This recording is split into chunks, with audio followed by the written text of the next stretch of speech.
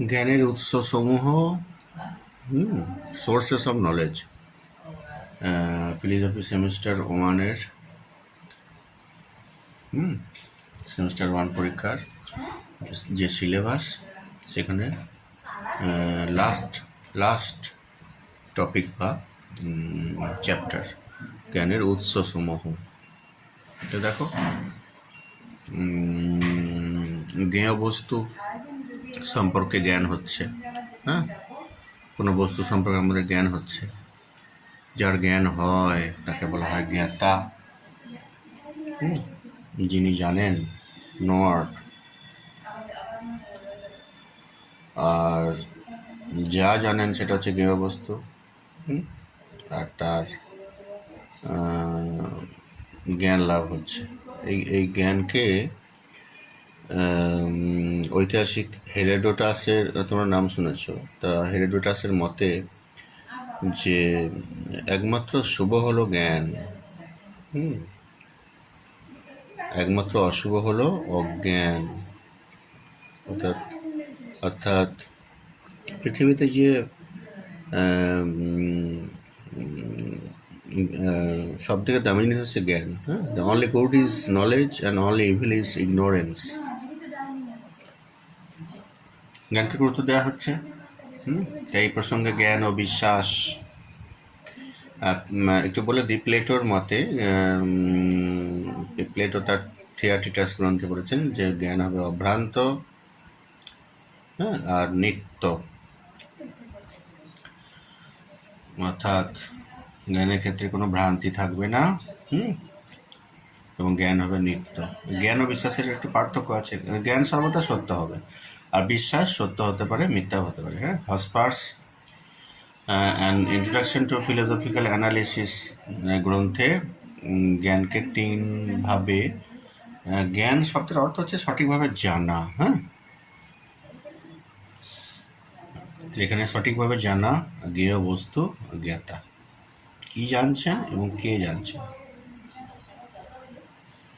এই John Hospers an introduction to philosophical analysis গ্রন্থে জ্ঞানকে তিনটি অর্থে ব্যবহার করেছেন।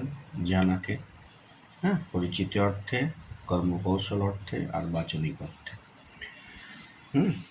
পরিচিতি অর্থে মানে আমি রামবাবুকে জানি, এখানে জানা মানে আছে চিনি। হ্যাঁ, কর্মকৌশল, আমি সাইকেল চালাতে জানি, এখানে আছে কর্মকৌশল। আর বাচনিক হচ্ছে যে জ্ঞানের বিষয় হচ্ছে কোনো বচন, হ্যাঁ, তা হলো বাচনিক জ্ঞান। তো জ্ঞানের আবার আবশ্যিক ও পর্যাপ্ত সত্য আছে। সত্যতার শর্ত, যা জানি সেটাকে সত্য হতে হবে, সেই সত্যতায় আমাদের বিশ্বাস থাকতে হবে। হ্যাঁ, এবং শুধু বিশ্বাস থাকলেই হবে না, উপযুক্ত সাক্ষ্য প্রমাণ থাকতে হবে। এই তিনটি হলো কিন্তু জ্ঞানের আবশ্যিক শর্ত, অর্থাৎ পরিচিতি, সত্যতা, বিশ্বাসযোগ্যতা আর উপযুক্ত সাক্ষ্য প্রমাণ। এই তিনটি জ্ঞানের আবশ্যিক শর্ত। আর পর্যাপ্ত শর্ত কি? যে পর্যাপ্ত শর্ত হচ্ছে এই তিনটে শর্ত একত্রে, একসাথে। হ্যাঁ, আচ্ছা, এবার জ্ঞানের উৎস সম্পর্কিত মতবাদ দেখো, যেটা আমাদের আসল সিলেবাসে। বুদ্ধিবাদ, রেশনালিজম। বুদ্ধিবাদী দার্শনিক হিসেবে পারমিনাইডিস, সক্রেটিস, প্লেটো, প্রাচীন যুগের এই সমস্ত দার্শনিকদের নাম করা যায়। আর আধুনিক পাশ্চাত্য দর্শনে ডেকার্ট, স্পিনোজা, লাইবনিজের নাম করা যায়। হ্যাঁ, প্রথমে আমরা ডেকার্টের মতটি সংক্ষেপে দেখব। বেশ,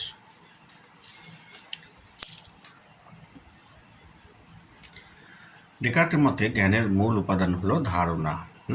এই ধারণা হলো তিন প্রকার ডেকার্টের মতে: আগন্তুক বা বহিরাগত ধারণা, যেগুলো বাইরে থেকে আসে; কৃত্রিম; আর সহজাত বা অন্তর। এই সহজাত ধারণা বা অন্তর্ধারণাকে ডেকার্ট বিশেষ গুরুত্ব দিয়েছেন। তার মতে কোনো কোনো ধারণা সহজাত। হ্যাঁ, কোনো কোনো ধারণা সহজাত। তারপরে দেখো, ডেকার্টের মতে কজিটো আর্গো সুম, অর্থাৎ হচ্ছে I think therefore I am. হ্যাঁ, তার ডেকার্ট চেয়েছিলেন যে দর্শন প্রতিষ্ঠিত হবে একটি এমন একটা ভিত্তির উপরে যাকে কোনো সংশয় করা যাবে না। শেষ পর্যন্ত তিনি আবিষ্কার করলেন যে আমি চিন্তা করি অতএব আমি আছি। হ্যাঁ, এই ব্যাপারে কিন্তু আমি যেহেতু চিন্তা করছি অতএব আমি আছি, এই ব্যাপারে কোনো সংশয় কিন্তু প্রকাশ করা যাবে না। এইখান থেকেই তিনি দর্শনের শুরু করলেন। হ্যাঁ, তাকে দ্বৈতবাদী বলা হয়। দেহ মনের তিনি ইন্টারাকশনের কথা স্বীকার করেছেন। বেশ, জ্ঞানের মূল উৎস হলো সহজাত ধারণা। এবার স্পিনোজার মত আমরা দেখব। ডেকার্টেস পরে স্পিনোজার মত। জ্ঞানের মূল উৎস হলো সহজাত ধারণা। তার মতে ঈশ্বর একমাত্র দ্রব্য। ডেকার্টের মতে দ্রব্য তিন প্রকার: ঈশ্বর, দেহ ও মন। আর স্পিনোজার মতে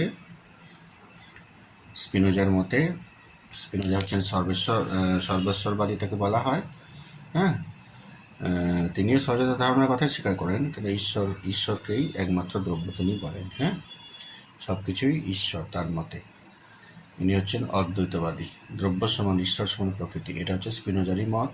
হ্যাঁ, কোনো কোনো ধারণা সহজাত এনার মতেও। এরপরে দেখো আমরা সংক্ষেপে লাইবনিজের মতটা একটু দেখে নিই।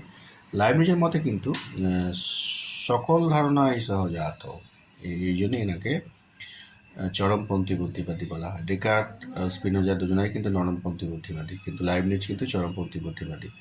তার মতে আমাদের মন হচ্ছে গবাক্ষহীন। হ্যাঁ, কোনো ধারণাই সহজাত নয়, কোনো ধারণাই বহিরাগত নয়, অর্থাৎ সব ধারণাই সহজাত, বাইরে থেকে কিছু আসে না। বুঝতে পারছো? বুদ্ধিতে এমন কিছু ছিল না যা পূর্বে ইন্দ্রিয়ের মধ্যে ছিল না, একমাত্র বুদ্ধি ছাড়া।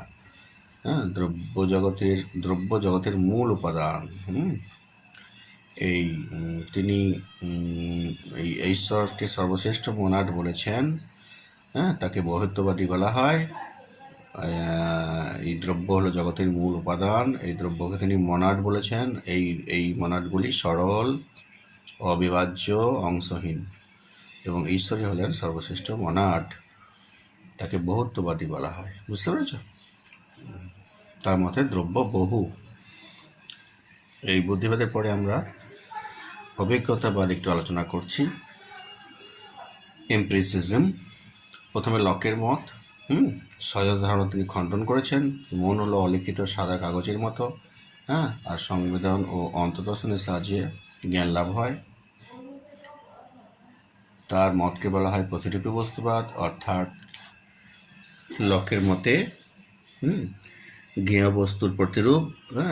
লকের মতে জ্ঞেয় বস্তুর প্রতিরূপ বা ধারণার মাধ্যমে আমরা বস্তু জ্ঞান লাভ করি। এই জন্য লকের জ্ঞানতাত্ত্বিক মতবাদকে প্রতিরূপী বস্তুবাদ বলে, বা প্রতিনিধিত্বমূলক মতবাদ, রিপ্রেজেন্টেটিভ থিওরি। আর লককে আধুনিক অভিজ্ঞতাবাদের জনক বলা হয়। লকের আগেও অভিজ্ঞতাবাদ ছিল, যেমন প্রাচীন গ্রিক যুগের পরমাণুবাদী সফিস্টগণ। হ্যাঁ, এরকম ফ্রান্সিস বেকন, টমাস হবস এসব ছিল। কিন্তু এইসব দার্শনিকদের মধ্যে লকই প্রথম কিন্তু অভিজ্ঞতাবাদকে একটি দার্শনিক মতবাদ রূপে প্রতিষ্ঠিত করেন। ওই জন্যই তাকে আধুনিক অভিজ্ঞতাবাদী জনক বলা হয়। বেশ, এরপরে বার্কলের মত দেখো। অস্তিত্ব প্রত্যক্ষ নির্ভর। বার্কলের মতে যে কোনো বস্তুর অস্তিত্ব থাকতে গেলে তাকে প্রত্যক্ষের ওপর নির্ভর করতে হবে। হ্যাঁ, অস্তিত্ব প্রত্যক্ষ নির্ভর। বাহ্য বস্তুর অস্তিত্ব জ্ঞাতার মনের ওপর নির্ভর। এই মতবাদকে বলা হয় আত্মগত ভাববাদ। তিনি বিমূর্ত সাধারণ ধারণার অস্তিত্ব খণ্ডন করেছেন। হ্যাঁ, তার মতে আমাদের চিন্তা সবসময় মূর্ত বিষয়কে কেন্দ্র করে অগ্রসর হয়। মূর্ত, যার মূর্তি আছে। হ্যাঁ, বিমূর্ত বিষয়কে নয়। বিমূর্ত বিষয় মানে বুঝতে পারছো তো? যেমন ধরো মনুষ্যত্ব, এরকম করে তো দেখানো যাবে না যে এইটা মনুষ্যত্ব। ওইটা একটা বিমূর্ত বিষয়। হ্যাঁ, আছে কিন্তু মূর্তি নেই। বিমূর্ত সাধারণ ধারণা তার মতে কেবলমাত্র নাম মাত্র। ঠিক আছে? তার মতে বিমূর্ত সাধারণ ধারণা হচ্ছে নাম মাত্র। ওই জন্যই তার মতবাদকে নামবাদ বলা হয়। তিনি বাকলে ঈশ্বর ও আত্মার অস্তিত্ব স্বীকার করেছেন। ঠিক আছে, সংক্ষেপে আমরা বললাম। এরপরে আমরা হিউমের মত। হিউমের মতে হচ্ছে জ্ঞান হচ্ছে দুই প্রকার: ধারণা সম্বন্ধ বিষয়ক জ্ঞান আর বাস্তব ব্যাপার বিষয়ক জ্ঞান।